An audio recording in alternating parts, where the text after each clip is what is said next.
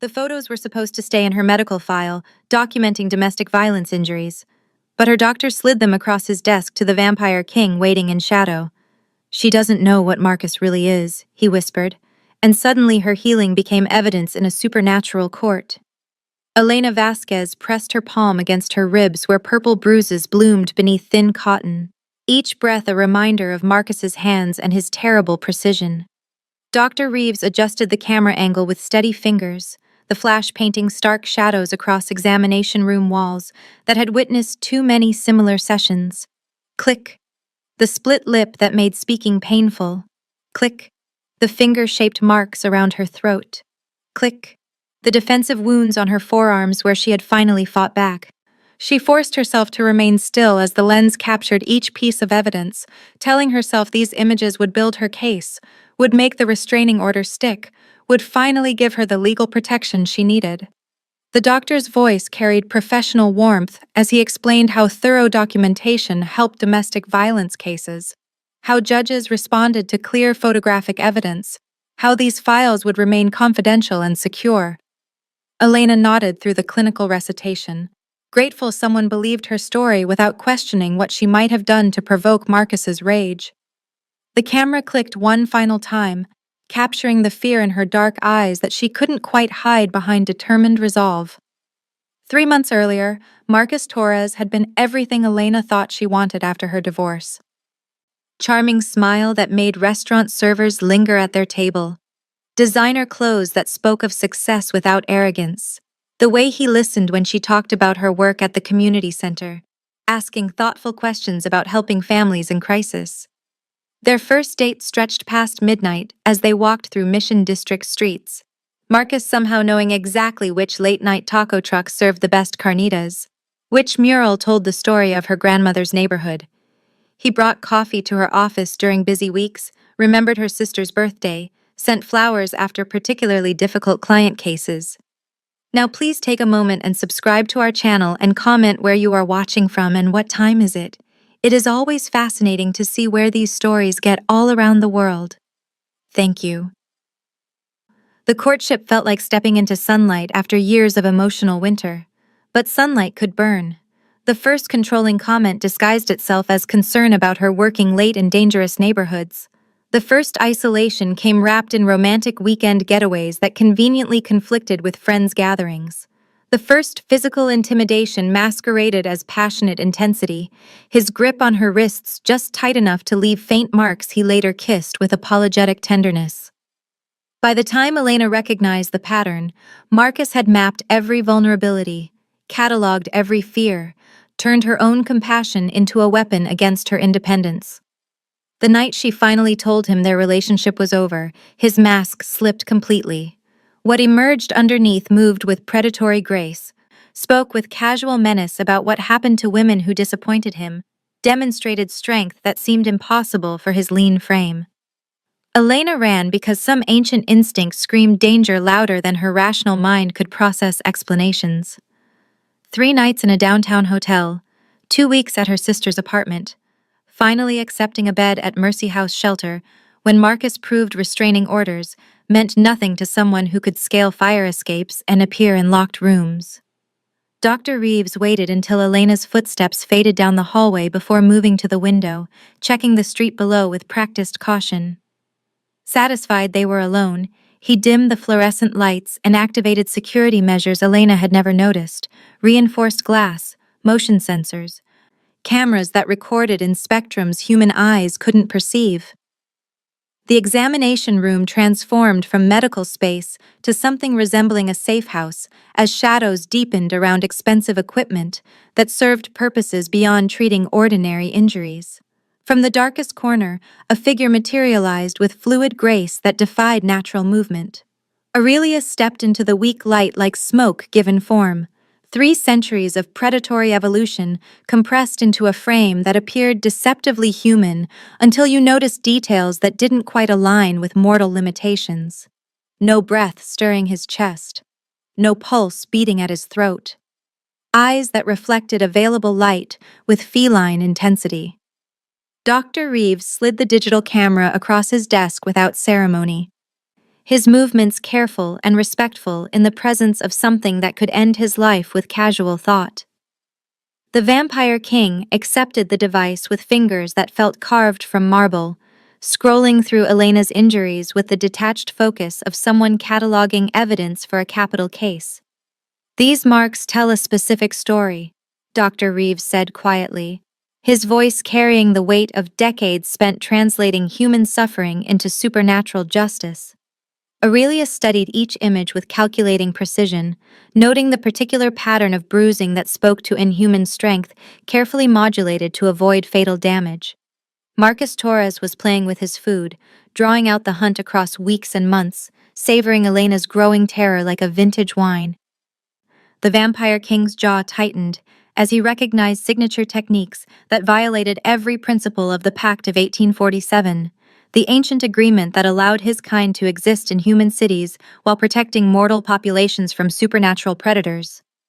Under the Pact's terms, vampires could feed on willing donors or purchase blood supplies, could establish territorial boundaries and govern their own kind, could even maintain limited romantic relationships with humans who understood the risks. In exchange, they enforced strict prohibitions against hunting mortals for sport, against using supernatural abilities to commit ordinary crimes, against exposing their nature to human authorities who weren't already sworn to secrecy. Marcus Torres had violated every clause while using domestic violence as the perfect cover for his crimes. Human police saw another abusive boyfriend. Human courts processed another restraining order. Human emergency rooms treated another battered woman. Meanwhile, a rogue vampire methodically tortured his victims before feeding, leaving enough physical evidence to satisfy mortal investigators while consuming evidence that would reveal his true nature. The photos disappeared into Aurelius's coat as he nodded to Dr. Reeves with grave acknowledgement. The doctor had served as their liaison for 50 years, his medical practice providing perfect cover for documenting supernatural crimes that official channels couldn't process. Tonight's evidence would join case files that stretched back decades, careful records of a hidden justice system that operated parallel to human law enforcement. But this case carried personal resonance that made Aurelius's ancient blood burn with familiar rage. 2 centuries ago, he had failed to save a mortal woman from similar predation, arriving too late to prevent her death at the hands of a vampire who viewed humans as entertainment rather than protected creatures. Catherine Morrison's murder had taught him that mercy toward rogues enabled atrocities that stained entire vampire communities.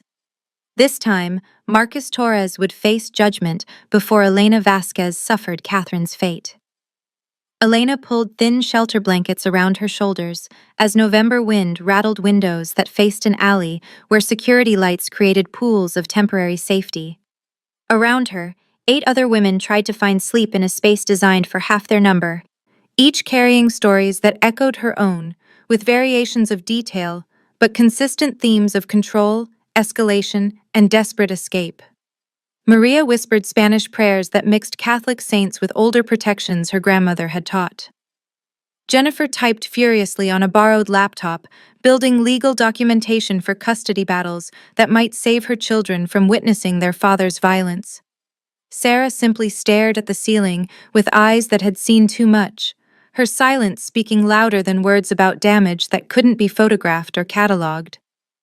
Isabella Martinez moved between beds like an angel of practical mercy, adjusting pillows, distributing medication, offering tissues and telephone numbers and hope measured in small increments.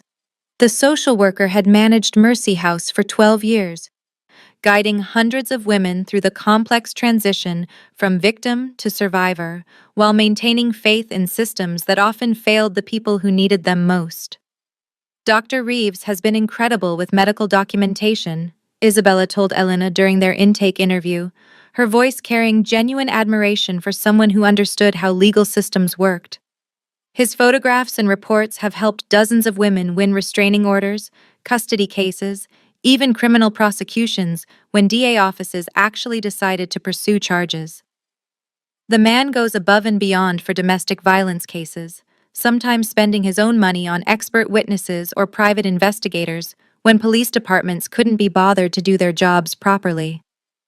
Elena felt grateful tears threatening as Isabella explained how comprehensive medical records often made the difference between successful legal protection and women forced to navigate court systems without adequate evidence.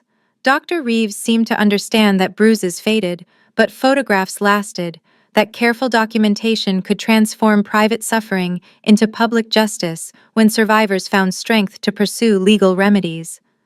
What Elena didn't know was that Dr. Reeves understood far more about protection than conventional medical training could explain. 300 miles north, in an abandoned Victorian mansion that San Francisco City records listed as condemned property, Aurelius convened his council in chambers that had witnessed supernatural justice for longer than California had been a state. Ancient oak panels gleamed under candlelight that revealed faces both beautiful and terrible.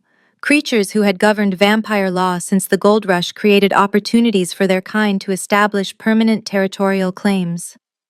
Elena's photographs spread across a table carved from single piece of redwood older than most European cathedrals, each image becoming an exhibit in proceedings that blended ancient ritual with modern evidence.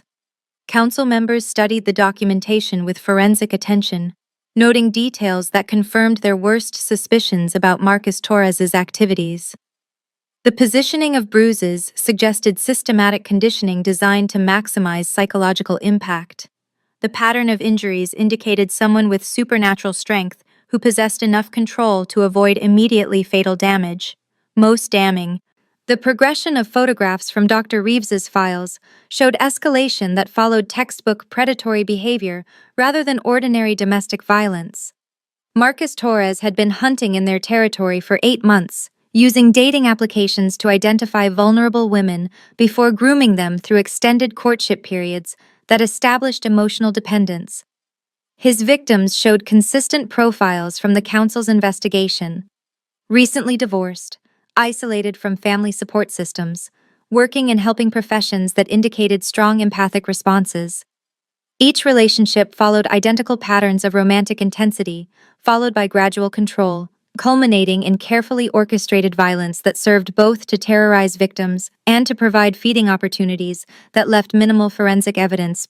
2 previous girlfriends had disappeared entirely after filing police reports that went nowhere. 3 others had fled the city with injuries that suggested supernatural involvement, but couldn't prove anything beyond ordinary domestic violence. Elena Vasquez represented his most ambitious target, yet because her work at the community center meant her disappearance would attract more attention than previous victims. Marcus was growing bold enough to hunt women whose absence would be noticed, tested whether vampire law was strong enough to protect mortals who caught the attention of rogues with escalating appetites. Aurelius assigned Rafael Santos to lead the investigation with explicit instructions to gather evidence while maintaining absolute secrecy about supernatural involvement. The lieutenant vampire possessed particular qualifications for hunting rogues, having spent his mortal life as a homicide detective before transformation gave him abilities that made him uniquely effective at tracking predators. Raphael understood both human police procedures and vampire law, could navigate legal systems without exposing supernatural elements, while building cases that satisfied both mortal and immortal justice. Time pressure added urgency to their investigation because the next full moon would amplify Marcus's powers while reducing his self-control, creating perfect conditions for him to abandon all pretense of ordinary domestic violence in favor of direct predation. 3 days remained before lunar influence made the rogue vampire significantly more dangerous to everyone in the city, mortal and supernatural alike. Meanwhile, Elena's phone buzzed with messages that made her stomach clench with familiar dread, despite Mercy House's security measures and the restraining order that should have provided legal protection. Marcus's texts began with wounded confusion about why she had left him, progressed to angry demands that she return home immediately, finally escalated to threats that demonstrated knowledge about her location and activities that should have been impossible for someone under court-ordered restrictions. He knew which shelter housed her. He knew her daily schedule. He knew the names of other women staying there. Most disturbing, his messages arrived at precise moments when she felt most vulnerable, as if he could sense her emotional state across the miles of city that separated them. Elena showed the text to Isabella, who immediately contacted police and Elena's attorney, but legal remedies felt inadequate against someone who seemed to bypass normal limitations of surveillance and communication. What Elena couldn't know was that Marcus Torres was tracking her scent through supernatural senses that made ordinary restraining orders meaningless, that her location remained as obvious to him as if she carried a beacon, that human law offered no protection against a predator whose abilities transcended mortal understanding of stalking and intimidation. The Vampire King's protection remained her only hope for survival, but Elena still believed ordinary justice might save her from a threat she couldn't begin to comprehend. Elena returned to Dr. Reeves's office 5 days after her initial examination, her ribs still tender but healing faster than expected. The split lip reduced to a thin line that makeup could mostly disguise. She noticed details that had escaped her attention during the traumatic first visit, as she waited in a reception area that felt more like a fortress than a medical facility. Security cameras tracked movement with mechanical precision from angles that covered every possible approach. Windows bore reinforced glass thick enough to stop bullets, their frames embedded with sensors that would detect any attempt at forced entry. The receptionist, a middle-aged woman named Carol, kept one hand near a panic button while maintaining casual conversation about insurance forms and payment schedules. Even the magazines scattered across waiting room tables seemed carefully chosen to avoid topics that might trigger domestic violence survivors, their pages offering recipes and travel destinations instead of relationship advice or celebrity gossip. Dr. Reeves emerged from his inner office with the same professional warmth Elena remembered, but now she noticed how his eyes continuously scanned the reception area, how he positioned himself between her and the entrance while maintaining what appeared to be casual conversation. During the examination, his questions probed deeper than medical necessity required, asking about Marcus's daily routines with the careful attention of someone building a case, rather than simply monitoring her recovery. Your ex-boyfriend maintained unusual sleep patterns according to your previous statements, Dr. Reeves observed while checking the healing progress on her defensive wounds, his voice carrying scientific curiosity that didn't quite match the intensity of his attention. Elena found herself describing Marcus's nocturnal habits without understanding why these details mattered for her medical treatment. He rarely slept before dawn, preferring late dinners that stretched past midnight and social activities that began when most people were preparing for bed. He claimed his work in tech consulting required coordination with overseas clients, but Elena had noticed his energy peaked during hours when normal people felt exhausted. Dr. Reeves nodded thoughtfully as she mentioned Marcus's peculiar eating habits, how he picked at restaurant meals while watching her consume entire portions with an intensity that had made her self-conscious about normal appetite. The doctor's questions felt simultaneously invasive and protective, as if he understood threats that existed beyond ordinary domestic violence, while gathering intelligence for purposes Elena couldn't fathom. His examination room contained medical equipment she didn't recognize, devices that seemed designed for analysis beyond conventional diagnostics, machines that hummed with electronic purpose while scanning her injuries in spectrums her eyes couldn't perceive. Across the city, Rafael Santos moved through an abandoned warehouse district where gentrification hadn't yet reached, following scent trails that led him to a converted loading dock that served as Marcus Torres's private hunting ground. The lieutenant vampire possessed senses that made ordinary detective work seem primitive, his transformed nature allowing him to track emotional residue left by fear and violence across weeks of accumulated evidence. What he discovered inside the makeshift lair confirmed their worst suspicions about the rogue vampire's activities, while revealing the full scope of his systematic predation. 3 distinct scent signatures lingered in spaces that had witnessed prolonged torture, each corresponding to missing women whose disappearances had been ruled domestic violence homicides by overwhelmed police departments. Crime scene photographs from official files matched the positioning of restraints still bolted to warehouse walls, the placement of medical equipment obviously stolen from hospitals, the careful staging that allowed Marcus to extract maximum suffering while maintaining enough control to avoid immediately fatal damage. Raphael documented everything with cameras that recorded in both visible and infrared spectrums, building evidence that would satisfy vampire justice while revealing the methodical nature of Marcus's crimes. Each victim had been kept alive for days, subjected to feeding sessions that gradually weakened them while providing the rogue vampire with entertainment that transcended mere nutrition. The warehouse contained detailed journals describing Marcus's psychological experiments, his efforts to understand how much terror human minds could process before breaking completely, his clinical observations about pain thresholds and recovery rates that read like medical research conducted without ethical oversight. Elena began noticing impossible details about Marcus's behavior as her memory cleared from the fog of trauma and her analytical mind reasserted itself over emotional paralysis. Security footage from the community center where she worked showed Marcus appearing in locations he couldn't have reached through normal movement, his figure somehow transitioning between camera angles without traversing the spaces that connected them. Shelter residents mentioned seeing him outside their building at times when court records proved he was attending mandatory anger management sessions across town.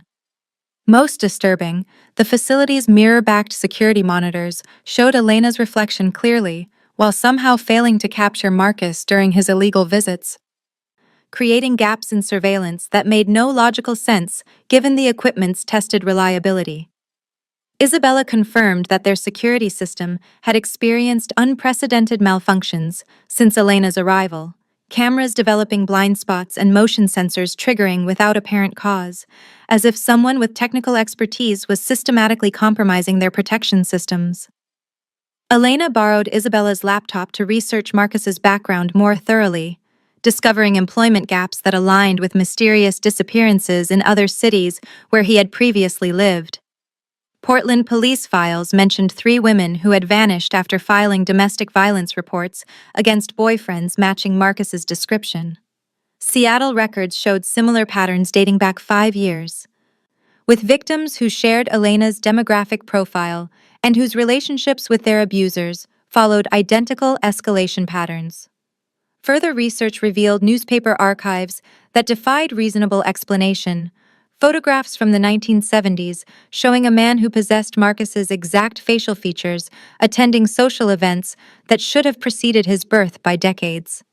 The realization struck Elena like physical impact as she stared at a 1954 newspaper photograph showing Marcus Torres at a San Francisco society gathering, his face unchanged despite the passage of 70 years. Her hands trembled as she scrolled through additional images that documented his presence across multiple decades, always appearing the same age while the people around him aged and died. 1978.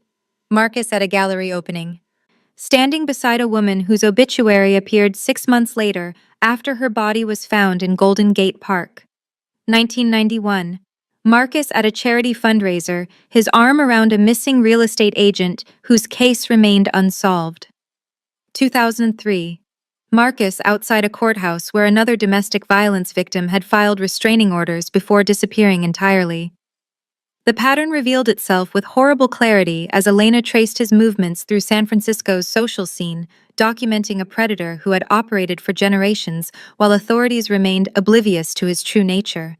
Her rational mind rejected explanations that led to impossible conclusions, but the photographic evidence accumulated beyond reasonable doubt. Marcus Torres was something other than human, something that didn't age normally, something that had been hunting women for longer than she had been alive. That evening, Elena sat in Mercy House's common room, trying to process research that challenged every assumption about reality, while other residents watched television programming that seemed absurdly normal given her discoveries.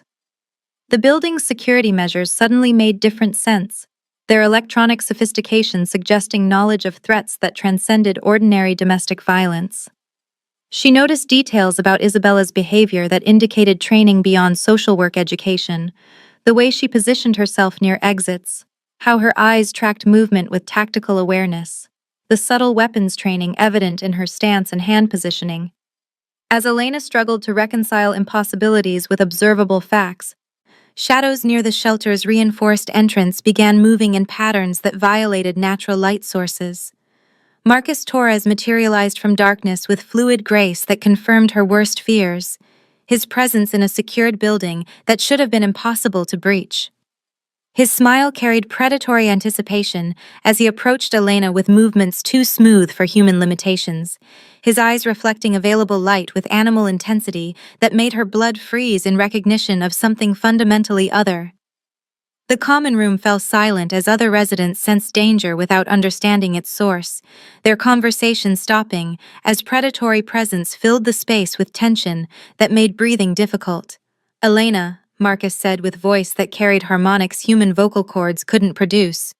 "Time to stop this ridiculous game and come home where you belong."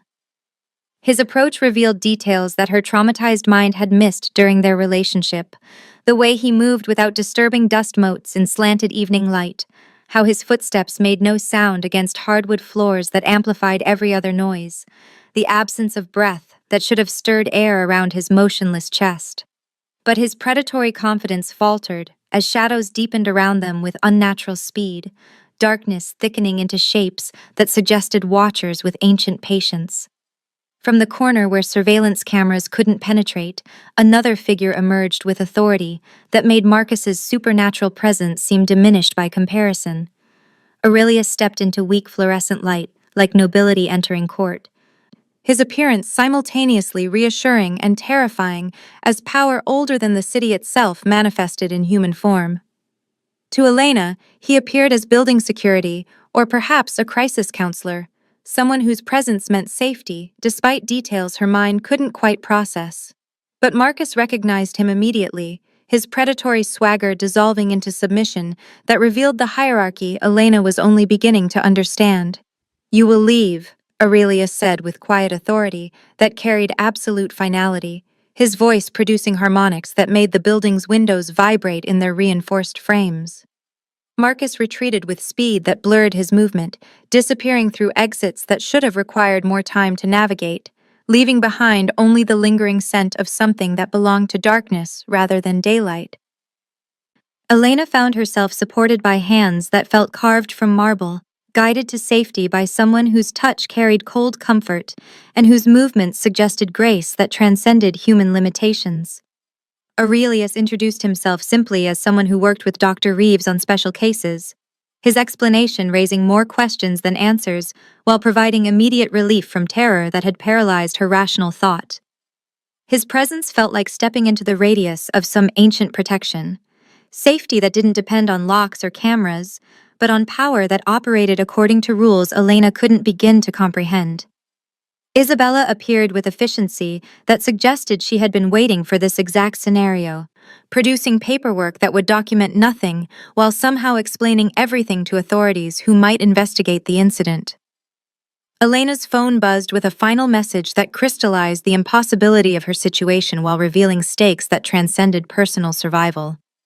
Marcus's text arrived with timing that suggested he was watching from nearby shadows, his words carrying threats that acknowledged the supernatural forces now protecting her, while promising escalation that would endanger everyone she had tried to shield from his violence. "You don't know who you're trusting," the message read, "but tomorrow night at the old pier, you'll learn what you really are to me. Food. Come alone, or I'll make sure your new friends understand what happens when mortals interfere with vampire business." The revelation hit Elena like Arctic wind as impossible pieces arranged themselves into patterns that explained everything while destroying her understanding of reality's basic structure. Marcus was something that fed on human blood, something that had been hunting her for purposes beyond ordinary violence, something that belonged to a hidden world where different rules governed survival and death. Her protectors operated according to the same supernatural framework, their interventions suggesting alliances and obligations that placed her at the center of conflicts she couldn't begin to understand. Dr. Reeves found Elena in his office the next morning, her research materials spread across his desk like evidence in a case that challenged fundamental assumptions about the world's hidden structure. Newspaper clippings and printed photographs documented Marcus's impossible longevity while revealing patterns of predation that stretched across generations of victims. Elena confronted him with accusations that bypassed normal social conventions, demanding explanations for medical practices that served purposes beyond conventional healthcare, for security measures that suggested knowledge of threats that transcended ordinary domestic violence. The doctor studied her evidence with resignation that indicated relief at finally sharing burdens he had carried alone for decades. His confession began with admissions about documentation practices that had helped supernatural justice systems prosecute crimes human law enforcement couldn't recognize, about medical facilities that served as safe houses for victims of predators whose abilities defied natural limitations. He showed Elena filing cabinets that contained 50 years of carefully recorded cases, photographs and testimonies and closed investigations that revealed a hidden world operating parallel to conventional reality. Vampire courts, werewolf territories, other supernatural communities that governed themselves according to ancient laws while maintaining absolute secrecy from human populations that remained ignorant of their existence. Dr. Reeves had served as liaison between worlds, his medical training providing perfect cover for documenting evidence while treating victims whose injuries couldn't be explained through ordinary violence. Elena's case represented typical patterns of supernatural predation disguised as domestic abuse, with Marcus Torres violating every law that governed vampire conduct, while human authorities remained oblivious to crimes that transcended their jurisdiction. The revelation left Elena balanced between terror and fascination as she realized her personal nightmare was part of larger systems that had operated in shadow for centuries, that her survival depended on navigating supernatural politics she couldn't begin to understand. Dr. Reeves led Elena through a hidden door behind his medical filing cabinets, revealing stairs that descended into darkness older than the building above, each step taking them deeper into spaces that existed beyond official blueprints and city records. The basement office stretched further than the building's footprint should have allowed, its walls lined with filing cabinets that contained decades of supernatural case documentation, while ancient symbols carved into stone foundations suggested protection that predated San Francisco's incorporation as a city. Fluorescent lights revealed archives that chronicled a hidden history of vampire justice, werewolf territorial disputes, fey negotiations, and other supernatural legal proceedings that had shaped the city's development while remaining invisible to human authorities, who governed only the surface layer of urban reality. Elena moved between filing cabinets like an explorer discovering a lost civilization, her fingers tracing case folders that contained photographs and testimonies from victims whose suffering had been transformed into evidence for courts that operated according to rules older than written law. The air itself felt thick with accumulated secrets, decades of hidden knowledge compressed into underground chambers where truth could be spoken without fear of exposure to populations that remained safely ignorant of predators who moved among them with supernatural abilities that made human law enforcement helplessly inadequate. From the deepest shadows of the archives, Aurelius emerged with presence that no longer required disguise or misdirection, his true nature revealed in details that had been carefully concealed during their previous encounters.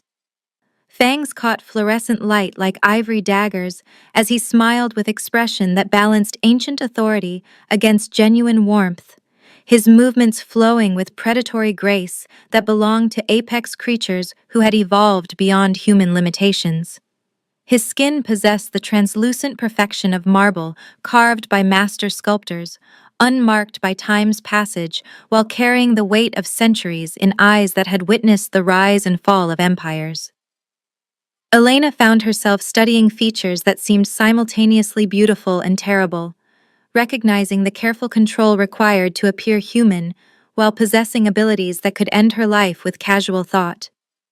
Aurelius spoke with voice that carried harmonics human vocal cords couldn't produce, explaining supernatural hierarchies that governed her city while revealing political structures that had operated in shadow since California's territorial period.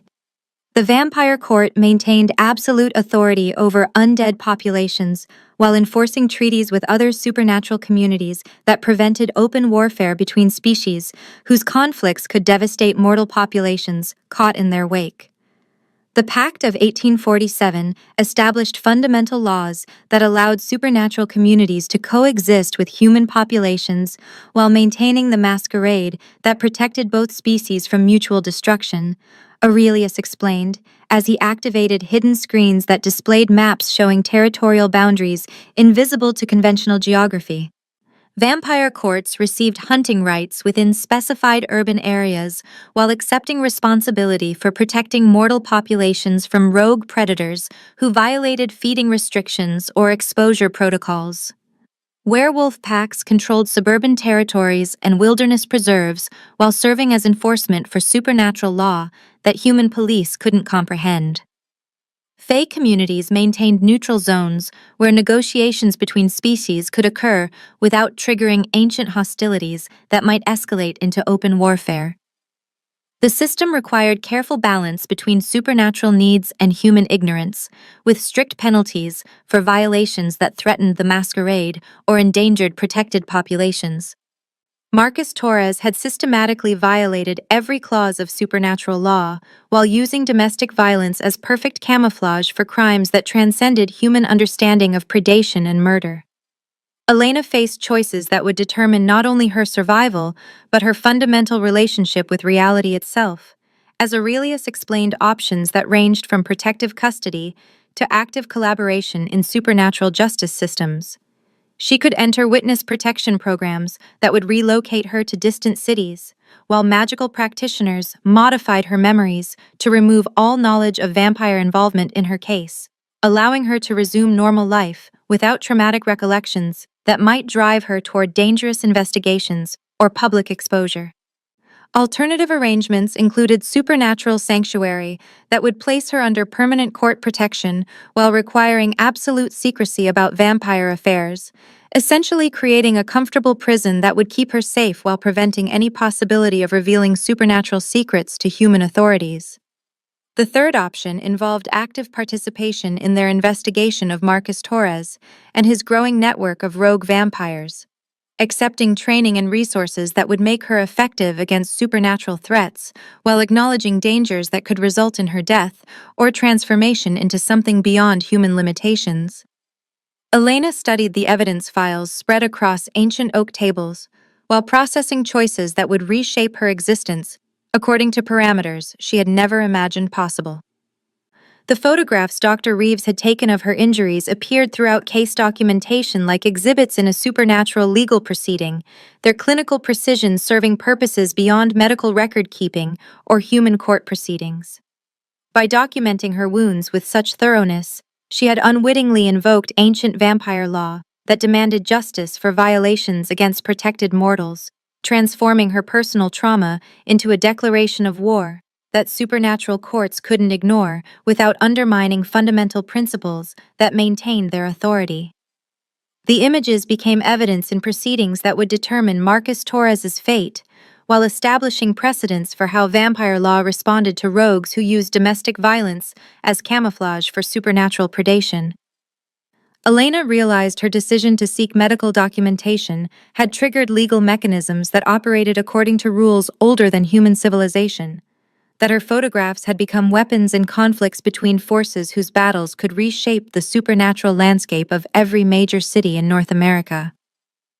"I choose to fight," Elena said with voice that carried determination forged through months of surviving Marcus's psychological warfare, her words echoing in archives that had witnessed centuries of similar declarations from mortals who refused to accept victim status when offered opportunities for justice. "But I need to understand the rules completely, need to know what I'm agreeing to, and what protections exist if this cooperation places me in danger beyond what I've already survived." Aurelius nodded with approval that suggested he had hoped for exactly this response, his ancient features revealing satisfaction that came from recognizing courage in mortals who chose active resistance over passive protection when faced with supernatural threats that transcended human law enforcement capabilities. Dr. Reeves produced training materials that outlined basic supernatural survival techniques, while explaining protocols for human agents who worked with vampire courts on cases that required mortal perspectives or abilities that supernatural investigators couldn't provide. Elena would receive education in recognizing different supernatural species, understanding territorial boundaries, and neutral zones, communicating through encrypted channels that bypassed conventional surveillance systems, defending herself against mental manipulation or physical attacks that employed abilities beyond human limitations. The revelation of expanded stakes transformed Elena's understanding of her situation from personal survival to involvement in supernatural conflicts that could affect every human resident of San Francisco while reshaping power balances between vampire courts throughout the western United States. Marcus Torres wasn't operating alone in his violations of supernatural law, but had been recruiting other rogue vampires who shared his philosophy that human populations should serve as unrestricted feeding grounds rather than protected communities that required careful management and discreet hunting practices. Intelligence gathered through Dr. Reeves's network indicated Marcus was building a coalition that intended to overthrow Aurelius's authority while establishing San Francisco as an open hunting territory where vampires could feed without restrictions on victim selection or feeding frequency. The plan involved systematic elimination of vampire court leadership, followed by public exposure of supernatural populations in ways that would create enough chaos to prevent effective human resistance while terrorizing mortal authorities into submission rather than cooperation. Elena's case had become the catalyst for broader conflicts because her survival and the legal proceedings surrounding her injuries would determine whether vampire law possessed sufficient authority to punish rogues who violated fundamental treaties or whether rogue vampires could operate with impunity while hiding behind human legal systems that couldn't address supernatural crimes. Aurelius revealed his personal investment in Elena's case by explaining how her situation echoed failures from his past that had shaped his approach to protecting mortal populations while governing supernatural communities that required firm authority to prevent chaos.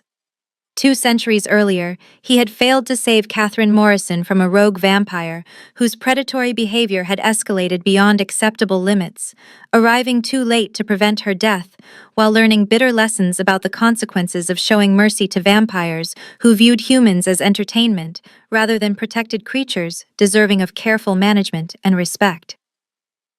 Catherine's murder had taught him that rogues who violated feeding restrictions inevitably escalated toward public exposure that could trigger human-vampire warfare capable of destroying both species through mutual annihilation.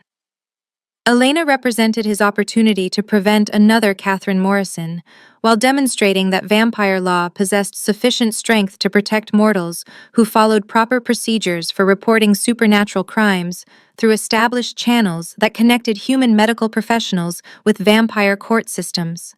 The underground archives contained detailed intelligence about Marcus Torres's recruitment efforts among vampire populations that felt constrained by Aurelius's protective policies toward human communities, revealing the scope of supernatural political tensions that Elena's case had brought to crisis points. Younger vampires chafed under feeding restrictions that required careful selection of victims and discreet disposal methods that prevented human authorities from recognizing patterns of supernatural predation. They argued for more aggressive hunting policies that would establish clear dominance over mortal populations, while reducing the complex negotiations required to maintain the masquerade that protected vampire communities from human military responses.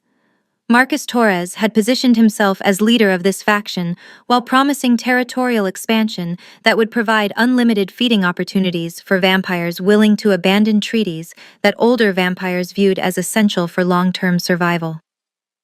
His systematic violation of domestic violence laws provided perfect testing ground for tactics that could be expanded citywide if vampire courts proved unable to enforce their authority against rogues who operated with increasing boldness. Elena's cooperation with supernatural justice systems would determine whether ancient laws retained sufficient power to govern vampire behavior, or whether rogue factions could establish precedents for open predation that would ultimately destroy the careful balance between supernatural communities and human populations that remained ignorant of creatures who lived among them with abilities that made conventional law enforcement powerless to provide meaningful protection. Elena accepted transformation from victim to active participant in supernatural conflicts while recognizing that her decision carried implications beyond personal survival or justice for Marcus Torres's crimes. Her choice to cooperate with vampire courts established her as symbol for human-vampire cooperation that could either strengthen protective treaties or make her target for rogue factions that viewed such alliances as threats to vampire supremacy over mortal populations. The photographs that documented her injuries had become evidence in legal proceedings that would reshape supernatural law while determining whether vampire courts could maintain authority over increasingly rebellious populations that questioned fundamental principles of the Pact of 1847. Elena's survival would prove that vampire protection could safeguard humans who reported supernatural crimes through proper channels, while her death would demonstrate that rogue vampires could operate with impunity regardless of ancient laws that older vampires claimed to enforce with absolute authority. Elena's education in supernatural survival began in Dr. Reeves's basement archives, where Aurelius demonstrated how reality operated according to hidden rules that most humans never glimpsed. His centuries of experience distilled into lessons that could preserve her life when conventional wisdom failed completely. Temperature drops of 15 degrees or more, without natural cause, indicated vampire presence within 50 feet. The sudden chill preceding manifestation, as supernatural metabolisms drew heat from surrounding environments to fuel abilities that transcended mortal limitations. Mirrors revealed truth that glamour couldn't disguise, their reflective surfaces showing vampires as translucent figures, while werewolves appeared slightly blurred during transformation periods, and fey creatures cast no reflection whatsoever, regardless of lighting conditions or mirror quality. Protective symbols worked according to belief systems rather than arbitrary mysticism, with crosses effective against vampires only when wielded by individuals who possessed genuine faith. While iron repelled fey creatures and silver weapons could wound most supernatural species if properly blessed by practitioners who understood the metaphysical principles underlying their protection. Aurelius taught with patience that surprised Elena, given his obvious age and authority, correcting her mistakes with gentle persistence while demonstrating techniques for recognizing supernatural influence on human behavior, identifying safe houses that bore hidden markings, invisible to mundane observation, communicating through coded phrases that would summon help from vampire court agents who monitored the city's supernatural activity through networks that operated parallel to human emergency services. Their professional relationship evolved from necessity to trust, as Elena proved capable of learning complex information while maintaining emotional stability that allowed her to function effectively, despite traumatic revelations about reality's hidden structure. Aurelius revealed details about vampire society that few humans ever learned, explaining how his kind organized territories and maintained feeding schedules that balanced nutritional needs against protective obligations toward mortal populations who remained unaware of predators living among them. Elena's questions demonstrated intelligence that impressed the vampire king, while her survival instincts suggested she could adapt to dangers that destroyed most humans who encountered supernatural threats without adequate preparation. She learned to read body language that revealed vampiric nature, recognizing movement patterns too fluid for human joints and predatory stillness that indicated hunters assessing potential prey. Aurelius shared knowledge accumulated over 3 centuries of governing supernatural communities, teaching Elena to navigate political complexities that could determine her survival when vampire courts convened to decide her fate. And Marcus Torres faced judgment for violations that threatened the fundamental treaties maintaining peace between species. Marcus Torres escalated his recruitment efforts among vampire populations that felt constrained by Aurelius's protective policies, using Elena's case as evidence that ancient laws favored human comfort over vampire supremacy in territories that should belong to apex predators, rather than negotiated sharing agreements.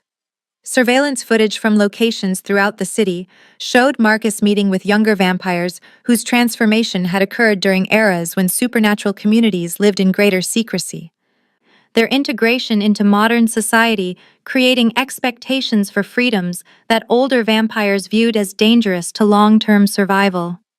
These recruits chafed under feeding restrictions that required careful victim selection and discreet disposal methods, preferring aggressive hunting policies that would establish clear dominance over human populations, while eliminating the complex negotiations required to maintain masquerades that protected vampire communities from military responses. Marcus promised territorial expansion that would provide unlimited feeding opportunities for followers willing to abandon treaties that constrained their natural superiority over mortals whose blood sustained vampire existence.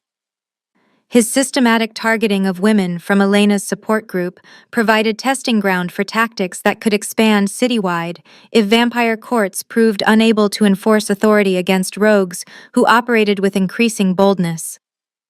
The escalation forced Aurelius to spread his enforcement resources across multiple locations as Marcus's followers began hunting women whose demographic profiles matched Elena's characteristics, creating a pattern of predation that threatened to expose supernatural involvement while overwhelming vampire court security systems designed to handle isolated incidents rather than coordinated campaigns. Maria Santos disappeared from her sister's apartment despite protective wards that should have prevented supernatural intrusion. Jennifer Walsh's car was found abandoned near Golden Gate Park, with evidence suggesting inhuman strength had been used to extract her from the vehicle. Sarah Mitchell simply vanished from her workplace, leaving behind only security footage that showed her walking toward the parking garage before cameras mysteriously malfunctioned for precisely the duration needed to conceal her abduction. Each incident bore Marcus's signature techniques while demonstrating his growing confidence that vampire law couldn't respond effectively to multiple simultaneous violations that pushed the limits of what enforcement mechanisms could handle without revealing supernatural involvement to human authorities who investigated these cases as ordinary crimes. Detective Carmen Rivera pursued these disappearances with investigative skills that brought her dangerously close to discovering supernatural elements that threatened the masquerade, protecting both species from mutual destruction. Her analysis of crime scene evidence revealed patterns that suggested coordinated predation rather than isolated incidents, with victim selection criteria and methodology that indicated professional organization beyond ordinary criminal capabilities. Rivera noted impossible details that evidence technicians couldn't explain through conventional forensics, including security camera malfunctions that occurred with suspicious frequency and physical evidence that suggested inhuman strength had been employed during abductions. Her investigation threatened to expose vampire involvement while building case files that could trigger federal interest if local authorities proved unable to resolve disappearances that challenged fundamental assumptions about criminal behavior. Dr. Reeves faced decisions about whether to bring another human into supernatural conspiracy or find methods for misdirecting investigation that could compromise Elena's safety while protecting vampire court secrets that maintained the delicate balance between species whose coexistence required absolute discretion. Elena transformed her traumatic experience with Marcus into strategic advantage by using social work expertise to organize San Francisco's domestic violence network into informal intelligence system that could monitor supernatural predation while providing early warning about threats that conventional law enforcement couldn't recognize or address effectively.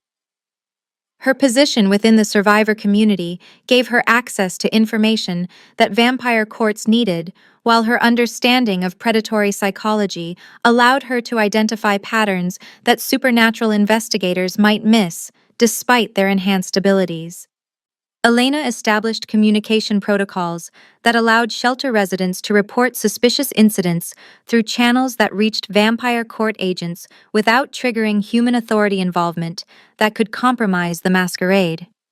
She trained other survivors to recognize supernatural signs while disguising this education as conventional safety awareness, teaching women to trust instincts that warned of dangers beyond ordinary domestic violence. Her network provided vampire courts with intelligence about rogue activities while giving mortal victims access to protection that transcended human legal systems, whose limitations left them vulnerable to predators with abilities that made restraining orders meaningless. Marcus Torres revealed the scope of his ambitions by luring Aurelius's enforcement teams into carefully prepared trap that demonstrated his tactical sophistication while exposing supernatural warfare to mortal witnesses whose silence couldn't be guaranteed through conventional means.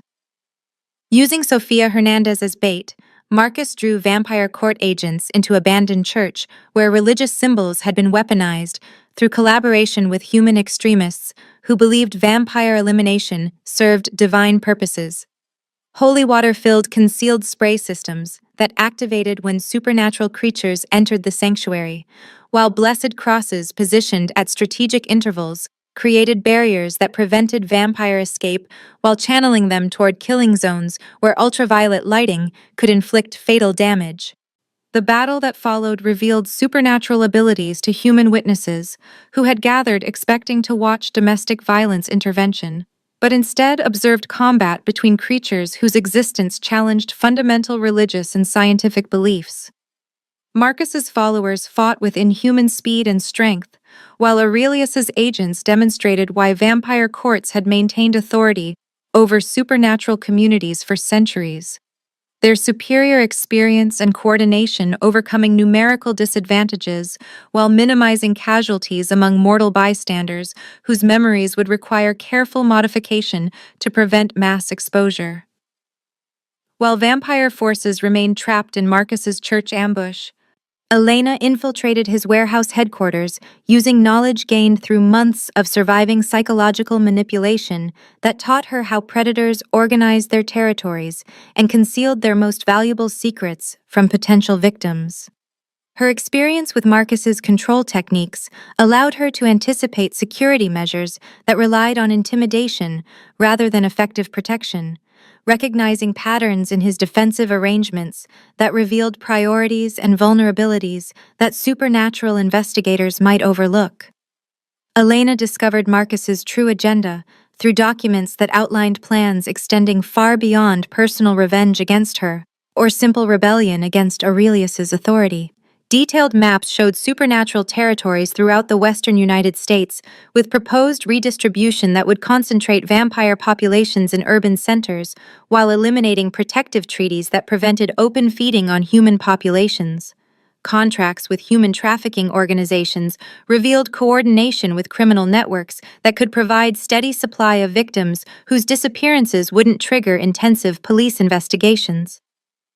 Most disturbing, evidence suggested corruption reaching into city government through officials who had been compromised through supernatural influence or financial incentives that made them complicit in plans to transform San Francisco into unrestricted hunting ground.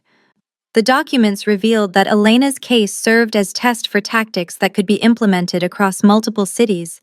If vampire courts proved unable to maintain authority over increasingly rebellious populations that questioned fundamental principles underlying the Pact of 1847.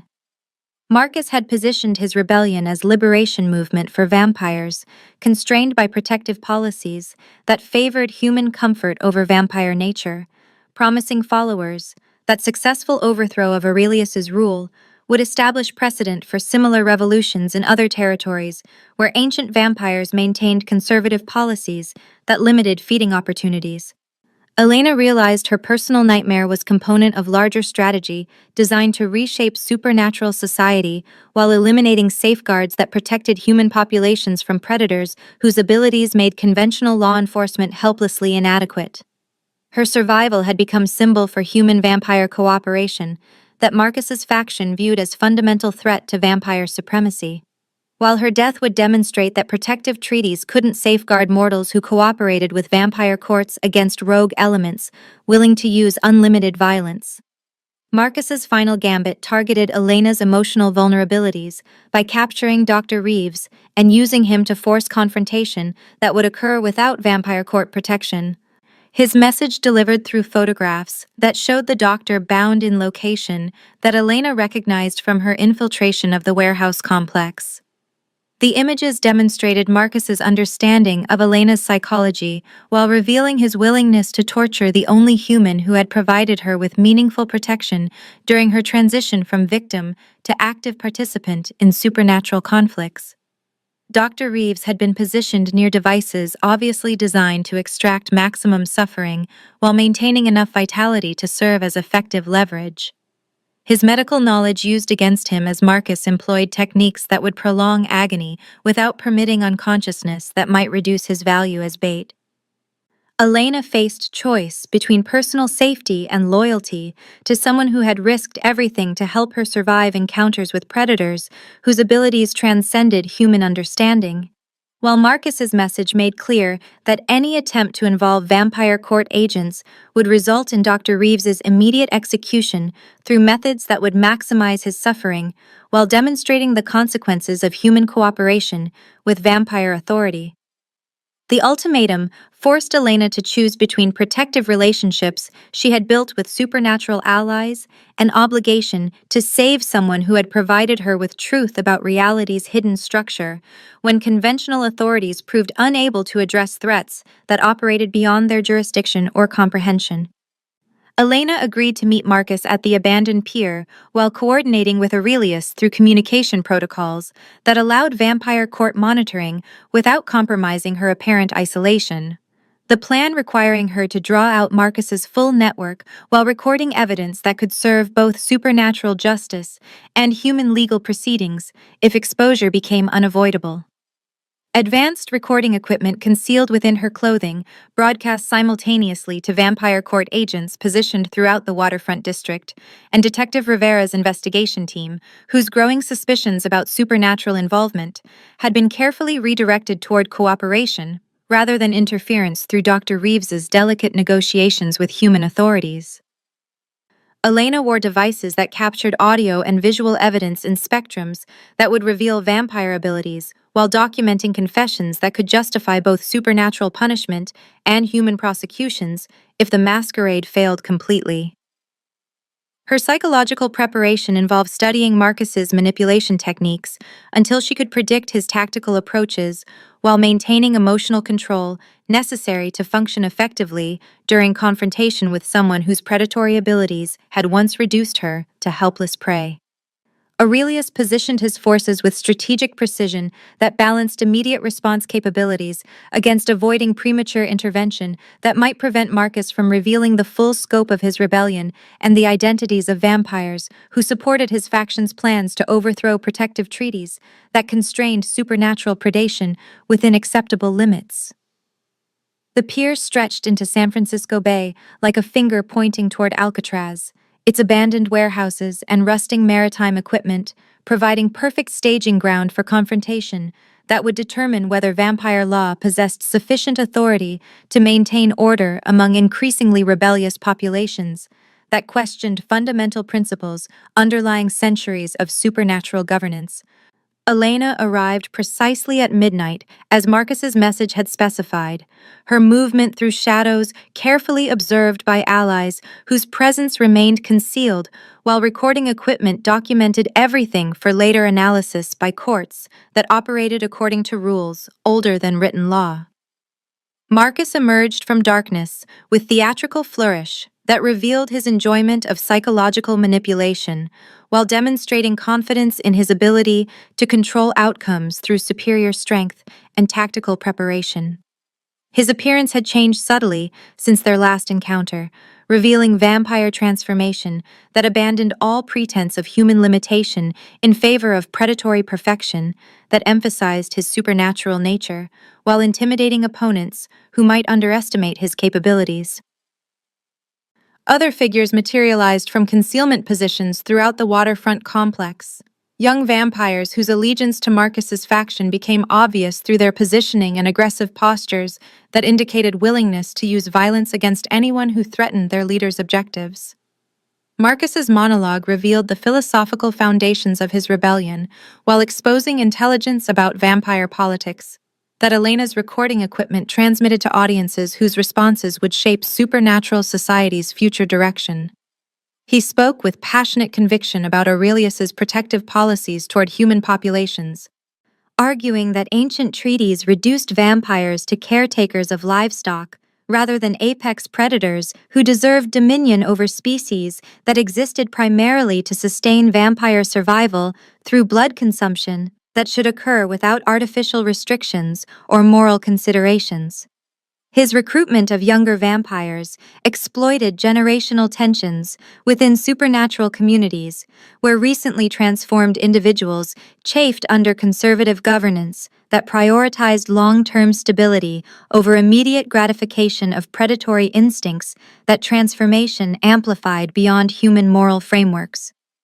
Marcus positioned Elena's case as symbol of vampire submission to human comfort, claiming that protective laws forced supernatural communities to operate as servants rather than rulers, while artificial constraints prevented vampires from achieving their natural potential as dominant species, whose abilities made them inherently superior to mortals, whose blood provided sustenance, and whose deaths meant nothing beyond nutritional necessity.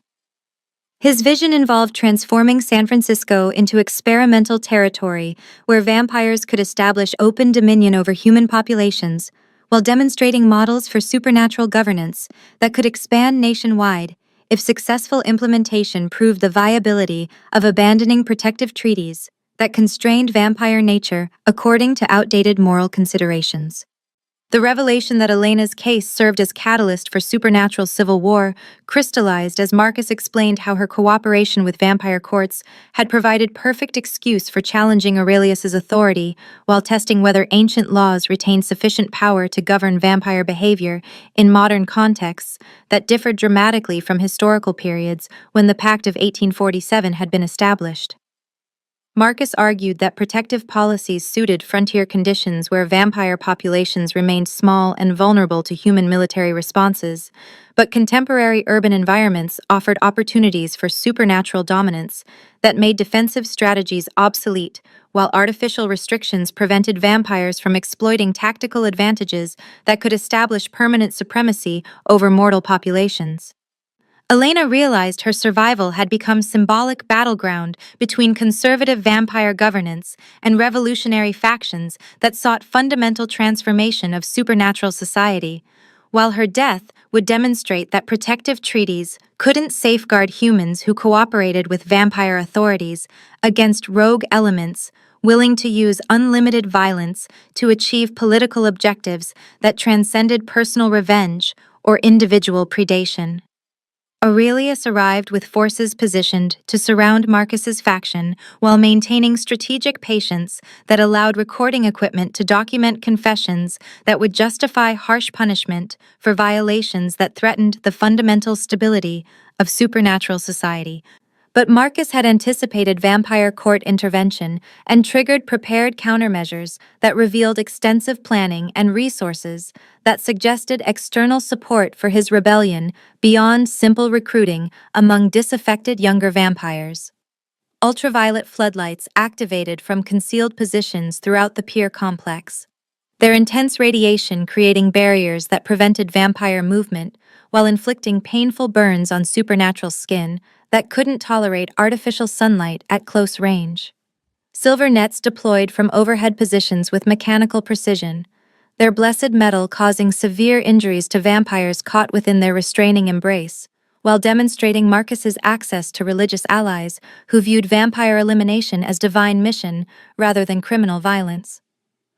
The trap revealed coordination between Marcus's supernatural rebellion and human extremist groups, whose cooperation provided tactical advantages that vampire courts hadn't anticipated when planning their response to what had initially appeared as isolated rogue activity rather than organized revolution supported by mortal conspirators.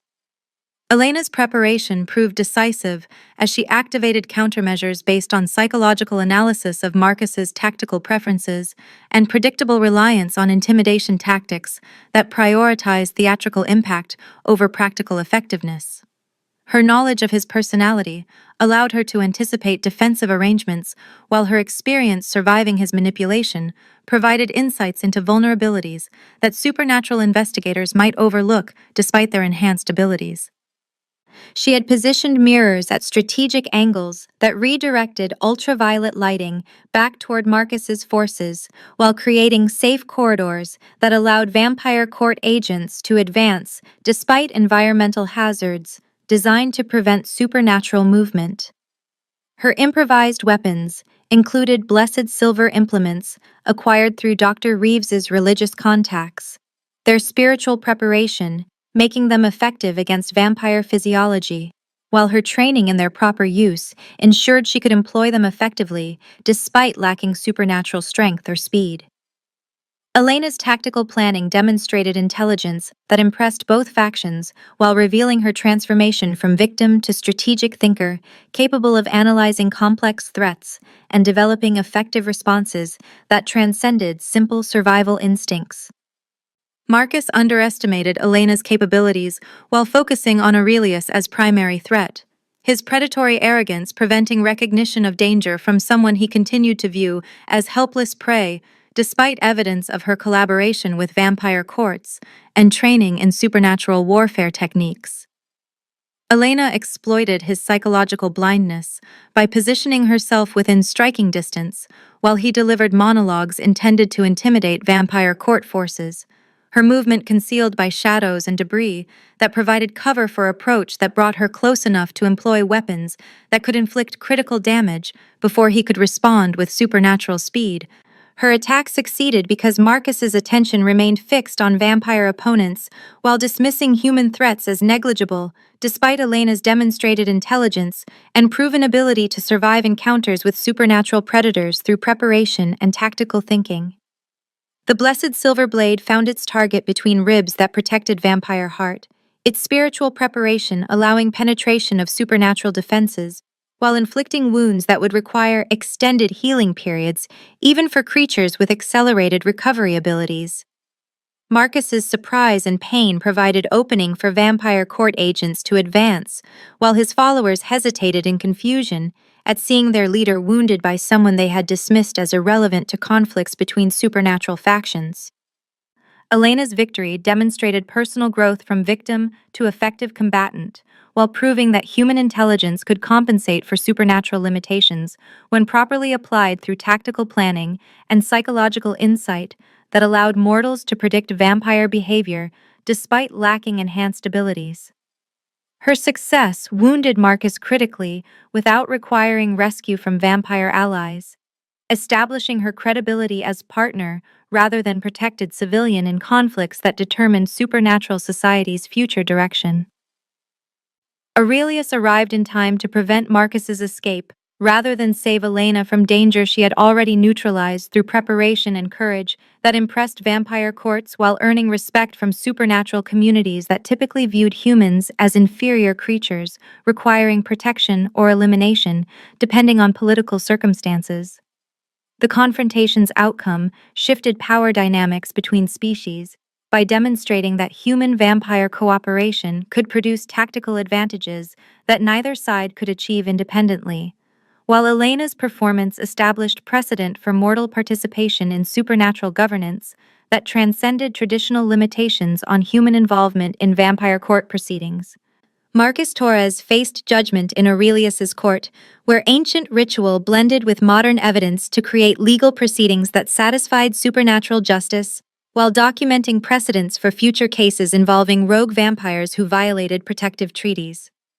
Elena served as key witness whose testimony carried weight equal to vampire court members, despite her mortal status, her role in Marcus's capture earning recognition that transcended traditional hierarchies within supernatural legal systems. The photographs Dr.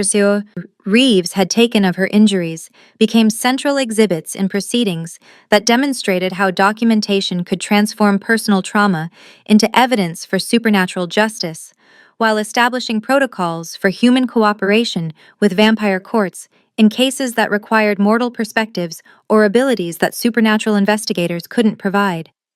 Elena's medical records joined case files that chronicled centuries of vampire law enforcement, while proving that protective treaties could safeguard humans who followed proper procedures for reporting supernatural crimes through established channels that connected human authorities with vampire court systems designed to address threats beyond conventional law enforcement capabilities. The vampire court recognized Elena as protected witness with permanent sanctuary status that granted her unprecedented rights within supernatural society, while acknowledging her contributions to maintaining treaties that preserved peace between species whose coexistence required careful balance of competing interests and natural antagonisms. Her new standing provided access to vampire court resources while ensuring protection that transcended human legal systems, whose limitations left ordinary citizens vulnerable to supernatural predators, with abilities that made conventional law enforcement inadequate for meaningful security. Elena could call upon vampire assistance for threats that exceeded human authority, while serving as liaison between species whose cooperation was essential for maintaining masquerades that protected both populations from mutual destruction through warfare that would devastate modern civilization. Her transformation from victim to protected partner established precedent for human integration into supernatural governance, while demonstrating possibilities for cooperation that benefited both species through shared intelligence and coordinated responses to threats that neither could address effectively in isolation. Victory required accepting costs that transformed Elena's relationship with ordinary human society while imposing obligations that would shape her future according to supernatural rather than conventional considerations. Dr. Reeves retired from medical practice as his cover became compromised through exposure to human authorities who had witnessed supernatural elements during the peer confrontation. His 50 years of secret service concluding with recognition from vampire courts that provided financial security while ensuring his silence about activities that could threaten the masquerade if revealed to populations that remained ignorant of supernatural communities living among them. Several women from Elena's support group required memory modification to remove traumatic recollections of vampire involvement in their cases. The procedure ensuring their psychological health while protecting supernatural secrets that maintained delicate balance between species whose coexistence depended on human ignorance about predators with abilities that transcended conventional understanding of criminal threats.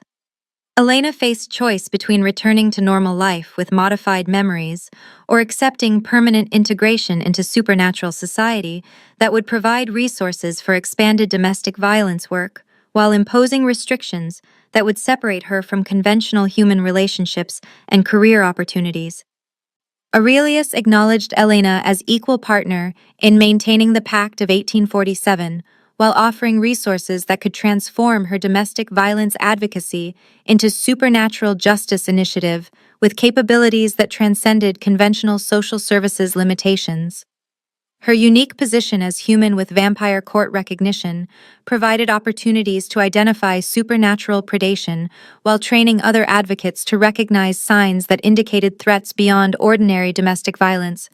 Elena accepted transformation from social worker to supernatural liaison, whose work would protect human populations while strengthening treaties that preserved peace between species, whose natural antagonisms required careful management to prevent conflicts that could expose supernatural communities while devastating mortal societies that remained vulnerable to creatures with abilities that made human military responses inadequate for meaningful resistance against coordinated supernatural warfare that would reshape civilization according to predatory rather than cooperative principles.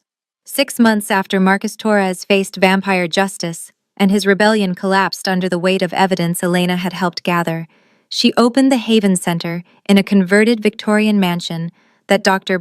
Reeves had quietly donated through arrangements that bypassed conventional real estate transactions, while providing supernatural communities with legitimate front for operations that served both human and vampire interests. The center's medical examination rooms contained equipment that could document injuries while detecting supernatural influence, their walls lined with protective symbols that appeared decorative to mortal visitors, while providing genuine security against creatures whose abilities transcended conventional threat assessments. Elena's office occupied the mansion's former library, its walls displaying framed photographs that included the images Dr. Reeves had originally taken of her injuries. Their clinical documentation transformed from evidence of personal trauma into symbols of justice served and hope offered to survivors whose suffering could be addressed through systems that operated beyond conventional social services limitations. The photographs reminded daily visitors that documentation could become a powerful weapon against predators who relied on silence and isolation to maintain control over victims whose experiences seemed too extraordinary for ordinary authorities to believe or address effectively. Elena's work expanded beyond traditional domestic violence advocacy to include supernatural abuse cases that required specialized understanding of vampire psychology, werewolf territorial disputes, fae manipulation tactics, and other supernatural threats that could devastate human victims while remaining invisible to conventional law enforcement agencies whose training couldn't address crimes that violated natural law alongside human statutes. Her partnership with Aurelius evolved from professional necessity to deep respect and tentative friendship, as the Vampire King appeared regularly at the center, his centuries of experience providing unique perspective on trauma recovery, while his presence assured other supernatural communities that Haven Center operated with official vampire court sanction and protection. Aurelius understood psychological damage in ways that mortal counselors couldn't match. Having witnessed the long-term effects of supernatural predation across decades and centuries that revealed patterns of recovery that differed significantly from ordinary trauma response while requiring therapeutic approaches that addressed both physical and spiritual injuries inflicted by creatures whose abilities could wound souls alongside bodies.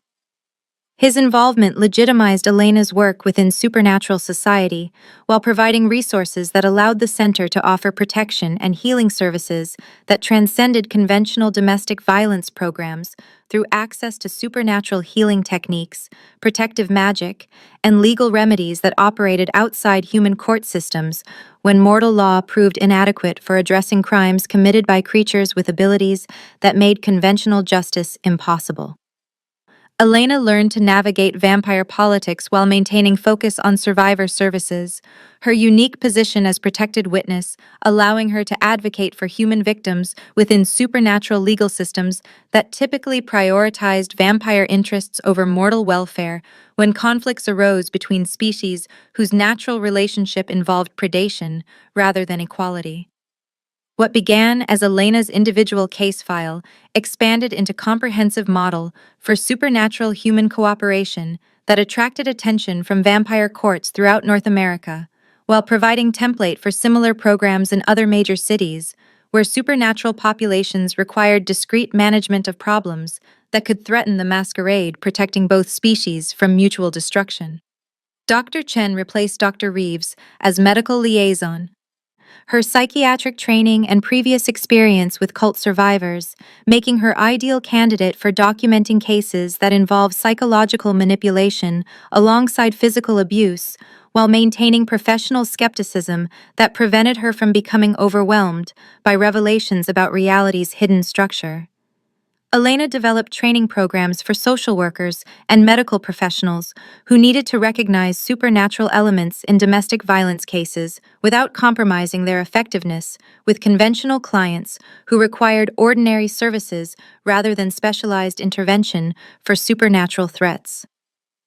The network she established connected domestic violence advocates across the Bay Area through encrypted communication systems that allowed rapid response to cases involving suspected supernatural predation, while maintaining careful separation between ordinary social services and specialized supernatural victim advocacy that could operate only within strict secrecy requirements that protected vampire court interests alongside survivor safety. Elena realized her greatest strength had never been vulnerability that made her appealing target for predators like Marcus Torres, but rather her refusal to accept powerlessness when confronted with threats that exceeded her immediate ability to resist through conventional means. Her experience surviving Marcus's systematic psychological manipulation had taught her to recognize early warning signs of predatory behavior while developing tactical thinking that allowed her to transform apparent disadvantages into strategic advantages when properly applied through careful planning and resource allocation. The photographs that once made her feel exposed and degraded now served as reminder that documentation could become first step toward justice when properly channeled through systems designed to address supernatural crimes alongside ordinary domestic violence. Their clinical precision providing foundation for legal proceedings that satisfied both vampire courts and human authorities when coordination became necessary for complex cases that crossed jurisdictional boundaries. Elena's personal growth from victim to advocate demonstrated possibilities for transformation that inspired other survivors while establishing precedent for human participation in supernatural governance that transcended traditional limitations on mortal involvement in vampire court proceedings and territorial management decisions. On a rainy Thursday evening that marked exactly 6 months since Marcus Torres had been sentenced to permanent exile from all vampire territories in North America, Elena sat in her office reviewing case files when 17-year-old Jessica Morrison arrived at Haven Center with injuries that triggered immediate recognition based on patterns Elena had learned to identify through months of studying supernatural predation techniques. The girl's bruises displayed precision that suggested inhuman strength, carefully modulated to avoid fatal damage while maximizing psychological impact. Their positioning indicating someone who understood human anatomy with clinical accuracy while possessing supernatural abilities that made conventional self-defense training inadequate for meaningful resistance. Jessica's nervous mannerisms revealed conditioning typical of victims who had been subjected to supernatural manipulation techniques that combined physical intimidation with mental influence designed to create dependence on their abusers while preventing escape through traditional domestic violence resources that couldn't address threats operating beyond human limitations. Elena recognized signs of vampire involvement in the girl's case, while noting details that suggested connection to networks that had survived Marcus Torres's elimination. Their adaptation to increased vampire court scrutiny making them more dangerous while simultaneously more difficult to detect through conventional investigation methods. Elena approached Jessica's case with confidence earned through experience surviving supernatural predation, while serving as key witness in vampire court proceedings that had established precedent for human participation in supernatural justice systems. She photographed the girl's injuries with equipment that captured evidence in spectrums visible to vampire court analysis, while documenting patterns that could support both supernatural and human legal proceedings if exposure became necessary for Jessica's protection. Elena asked questions designed to elicit information about the perpetrator's behavior patterns, while avoiding direct revelation of supernatural elements that might overwhelm Jessica before she was psychologically prepared to accept truth about reality's hidden structure and the existence of predators whose abilities transcended human understanding of criminal behavior. Her investigation revealed that Jessica's boyfriend exhibited characteristics identical to Marcus Torres's early courtship tactics, suggesting either supernatural influence or training by someone who understood vampire psychological manipulation techniques sufficiently to replicate them without possessing actual supernatural abilities that would make him subject to vampire court jurisdiction rather than human law enforcement. Working with Aurelius through secure communication channels that protected both vampire court secrets and Jessica's privacy, Elena discovered the case connected to surviving elements of Marcus Torres's network that had adapted to increased scrutiny by recruiting human accomplices who could operate within vampire territory without triggering supernatural law enforcement while learning to replicate vampire predation techniques through careful study of documented cases and psychological manipulation training that produced similar results without requiring actual transformation or supernatural abilities. The revelation that Marcus's rebellion had inspired human copycats who sought to emulate vampire predation while avoiding supernatural justice created new categories of threat that required coordination between human and vampire law enforcement agencies through carefully managed cooperation that maintained the masquerade while protecting potential victims from predators who occupied gray areas between ordinary domestic violence and supernatural crime. Elena's investigation uncovered trafficking networks that supplied victims to both vampire rogues and human predators who had learned to exploit supernatural techniques while remaining technically subject to human rather than vampire court jurisdiction. their activities threatening to expose supernatural communities while creating hybrid threats that neither species could address effectively without unprecedented cooperation. Elena no longer resembled the frightened woman who had once sat in Dr. Reeves's examination room, hoping that photographic evidence would provide enough legal protection to keep Marcus Torres away from her through conventional restraining orders and human court proceedings. Her transformation from victim to supernatural advocate had equipped her with knowledge and resources that made her effective against threats that would have destroyed her previous self, while establishing her credibility within both human social services and vampire court systems that typically operated in complete separation from mortal institutions.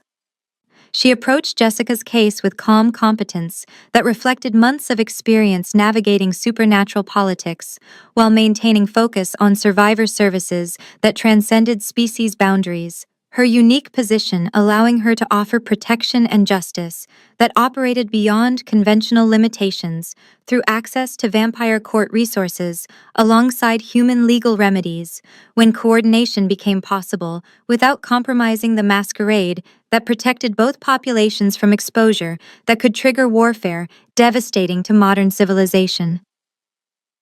Elena closed Jessica's case file and reached for her encrypted phone to contact Aurelius through communication channels that bypassed conventional surveillance while maintaining security protocols that protected vampire court operations from human authorities who remained ignorant of supernatural communities operating within their jurisdictions. "We have another one," she said with calm professionalism that masked the satisfaction she felt at being able to offer meaningful help to someone whose situation mirrored her own traumatic experience, while demonstrating how far she had traveled from helpless victim to effective advocate, capable of addressing threats that transcended ordinary domestic violence through resources that operated beyond conventional social services limitations. "And this time, I think she's ready to hear the truth," Elena added, as she prepared to begin another cycle of education and protection that would transform Jessica from isolated victim to informed survivor, while potentially recruiting another human ally for supernatural communities that required mortal cooperation to maintain delicate balance between competing interests that shaped modern urban society. The story that had begun with Elena's desperate attempt to document her injuries for human legal protection had evolved into an ongoing mission to help other survivors while strengthening treaties between species whose coexistence depended on careful management of natural antagonisms that could destroy both populations if allowed to escalate beyond negotiated constraints that had preserved peace for over a century. The final scene mirrored Elena's first visit to Dr. Reeves's office as Jessica Morrison sat nervously while Elena prepared camera equipment that would document injuries with precision sufficient for both human and vampire court proceedings. But now Elena controlled the process while understanding exactly how these photographs would serve justice, rather than simply providing evidence for legal proceedings that might or might not provide adequate protection against predators whose abilities transcended conventional criminal behavior. Jessica's trust placed her in Elena's capable hands as the cycle began again, with someone who understood the hidden structure of reality while possessing resources to transform documentation into action that could save lives while strengthening cooperation between species whose alliance was essential for protecting vulnerable populations from predators who operated in shadows between human and supernatural law enforcement jurisdictions.